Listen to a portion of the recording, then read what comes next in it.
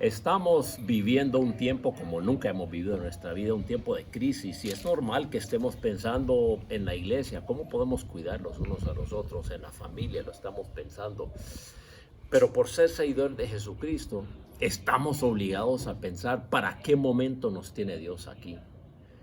Estamos aquí para vivir en misión. Entonces, desde la perspectiva de Dios, esto no solo es un tiempo para ver cómo nos cuidamos, es un tiempo para aprovechar, para cumplir los propósitos de Dios. Hemos estado reflexionando que hacemos eso en primer lugar con nuestra vida. Comunicamos a Cristo con nuestras reacciones, nuestras actitudes, nuestras formas de tratar a la gente, todo lo que es nuestro carácter, nuestra forma de ser. Eso era lo que era atractivo de Jesús y eso es lo que va a traer a otros a Jesús. En segundo lugar, nosotros comunicamos a Cristo con nuestras buenas obras. Dice la palabra de Dios que las personas van a glorificar a Dios en el día de la visitación al considerar nuestras buenas obras. Cuando dice que somos la luz del mundo, dice que el mundo va a observar nuestras buenas obras. Entonces es de suma importancia que aprovechemos esta oportunidad para hacer buenas obras en formas creativas y concretas que en verdad es en beneficio de las personas que nos rodean. Pero la tercera forma que nosotros comunicamos a Cristo, no solamente con la vida, aunque es importante, no solamente con las obras que son indispensables, pero también con nuestra boca, con nuestras palabras. Regresando al texto que hemos estado reflexionando de Primera de Pedro capítulo 2, aquí donde él está hablando a estos inmigrantes que están en dificultades, él les recuerda quiénes son. Y él dice en Primera de Pedro capítulo 2 versículo 9, mas vosotros sois linaje escogido, les recuerda quiénes son, real sacerdocio, nación santa, pueblo adquirido por Dios. ¿Para qué? Para que anunciéis las virtudes de aquel que os llamó de las tinieblas a su luz admirable. Es muy interesante aquí que lo que él dice después va a hablar de las buenas obras, va a hablar de la necesidad de su forma de vivir, pero habla aquí de anunciar las virtudes. Quiere decir contar las maravillas de Dios, y qué oportunidad tenemos ahorita de decir a la gente lo lindo que es nuestro Dios, la roca que es Él, en medio de un mundo que está patas arriba. Nos llama la palabra de Dios a anunciar a otros lo que nosotros sabemos de Dios. Me hace pensar en Hechos capítulo 8, el relato que tenemos de Felipe y el eunuco etíope. Vemos ahí en el capítulo 8 de Hechos, un ángel del Señor habló a Felipe diciendo, levántate y ve hacia el sur por el camino que desciende hacia Jerusalén, de Jerusalén a Gaza, el cual es desierto. Entonces él se levantó y fue. Y sigue el relato ahí de cómo él se acercó a este eunuco. Y solo quiero sacar 3 lecciones para nosotros hoy. La primera cosa que hizo Felipe es que él empezó donde estaba el eunuco. Veamos lo que dice. Entonces dice que se fue ahí y era un funcionario, dice, de Candace, reina de los etíopes, el cual estaba sobre todos sus tesoros y había venido a Jerusalén para adorar. Volvía sentado en su carro y leyendo al profeta Isaías, y el Espíritu le dijo a Felipe, acércate y júntate a él. Acudiendo Felipe le oyó que leía del profeta Isaías y dijo, ¿entiendes lo que lees? Aquí hay 3 principios rápidamente en este relato. Primero, él comenzó donde estaba. Él empezó escuchando la voz de Dios a través del ángel, a través del Espíritu. Más adelante en este texto, él estaba sensible a lo que Dios le estaba mandando a hacer y a las personas que le rodeaban. Pero luego él escuchó a la persona con quien él iba a hablar. Antes de hablar, no solo entró para hablar, sino que escuchó, observó y luego respondió a lo que él estaba haciendo. Y a veces nosotros estamos tan ansiosos de hablar que se nos olvida escuchar.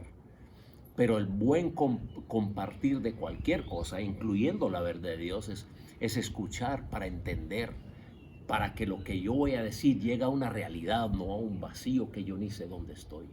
Tenemos que aprender en nuestro evangelismo a escuchar. Escuchó, observó y luego respondió. Entonces, primero él comenzó donde estaba la persona. ¿Cómo voy a saber dónde está? Escuchando, observando, oyendo, conociendo la situación. Segundo, hizo buenas preguntas. En este caso, él hizo la pregunta, ¿entiendes lo que estás leyendo? Si vemos la vida de Jesús, hay un libro que ha salido que habla de las 307 preguntas que hizo Jesús. Imagínense, el gran maestro Jesús era el maestro de las preguntas. Él dominaba las preguntas como instrumento de enseñanza. Y de nuevo, a veces queremos hablar tanto que a veces lo mejor que podemos hacer es hacer una buena pregunta, una pregunta abierta, una pregunta que la respuesta no es sí o no. ¿Cuáles son los beneficios de las preguntas? Hay varios beneficios. Cuando yo me comunico o evangelizo a alguien con preguntas, ¿qué estoy haciendo? Estoy provocando la reflexión. Jesús hacía preguntas que hacía a la gente reflexionar, que tal vez no era una respuesta muy fácil. Invita al diálogo, le estoy diciendo a la otra persona, le invito a hablemos, no solo estoy diciendo, estoy preguntando, queriendo aprender de ellos también. Demuestra interés, porque yo quiero saber qué pasa con ellos, qué están pensando. Trae entendimiento, porque hago la pregunta también para entender, para luego poder responder. Entonces, en nuestro evangelismo, hermanos, a veces queremos memorizar fórmulas y todo eso. Mire, lo que hacía Jesús era diferente cada vez, porque él primero, así como Felipe, comenzó donde estaba la gente, observaba, escuchaba. Segundo, hacía buenas preguntas. En este tiempo, ¿cuáles serían algunos ejemplos de buenas preguntas? Bueno, ¿qué más le preocupa de esta situación? ¿Cómo más le ha afectado? ¿Qué es lo más difícil de soportar en este tiempo como ustedes están viviendo en su lugar? ¿Qué le da temor?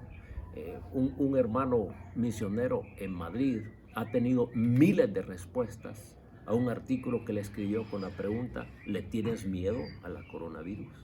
Porque él tocó un punto, hizo una pregunta y la gente respondía que sí. Entonces se metían a leer el artículo y literalmente miles de personas han respondido. Hay un momento ahora en España como nunca ha habido en su historia, en siglos, de apertura a la palabra por esta situación que están dando.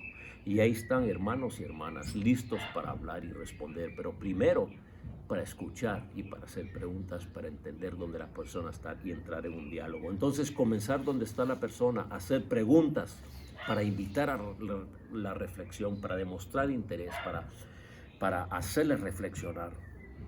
Y en tercer lugar, el tercer principio, sea lo que sea que hablamos, tenemos que llegar al punto de usar la palabra de Dios. En este caso era fácil para Felipe porque oyó que estaba leyendo el profeta Isaías y le pudo preguntar, ¿entiendes? Y él respondió, pero ¿y cómo voy a entender si nadie me lo explica? Y le invita a venir y entrar entonces en ese diálogo y él explica la palabra de Dios. Hermanos, la palabra de Dios es la que tiene el poder de transformar a las personas. Y después de entender y de escuchar y de dialogar, tenemos que entender la palabra para poder comunicarla, pedirle al Espíritu de Dios que nos haga recordar las cosas que sabemos de la palabra. Ahora, ojo, hay muchos que están mal usando la palabra de Dios. Toman promesas como ningún mal va a venir al que camina con el Señor. Hay que tomar los versículos en su contexto. Imagínense, Jesús pudiera decir eso. ¿Y qué le hicieron a él? Le acusaron falsamente, le golpearon severamente y luego le mataron. ¿Dónde está la promesa que ningún mal va a venir? Es que no era para ese contexto en ese momento. No podemos solo sacar versículos y usarlos como de la gana. Lo que ha prometido en el Nuevo Testamento es que vamos a sufrir por causa de Cristo.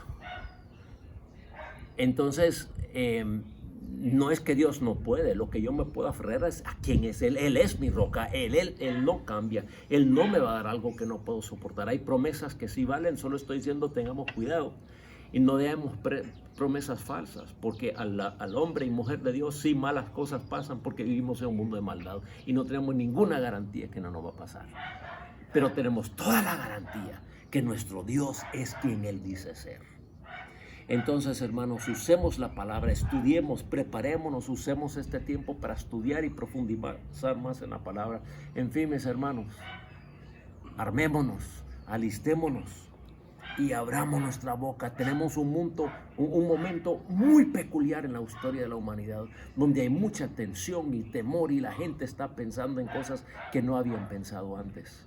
Hermanos, es el momento no solo de cuidarnos, cuidémonos, pero es el momento de avanzar la misión de Dios, siendo quien debemos de ser, con las actitudes que reflejan el carácter de Cristo, haciendo las obras que debemos de hacer, buscando las oportunidades de mostrar el bien con sacrificio, hacer cosas para el bien de los demás. Y en tercer lugar, tenemos que abrir la boca y proclamar la verdad, pero haciéndolo con cuidado, haciéndolo con reflexión, con escuchar, con hacer buenas preguntas y luego llevar a las personas a la reflexión y proclamar las virtudes de aquel que nos sacó de las tinieblas a su luz inefable. Mis queridos hermanos, adelante en la misión de Dios, en una oportunidad que nunca hemos tenido en nuestra vida. Que Dios les use grandemente, porque estamos aquí para vivir en misión. Que Dios les bendiga y les use.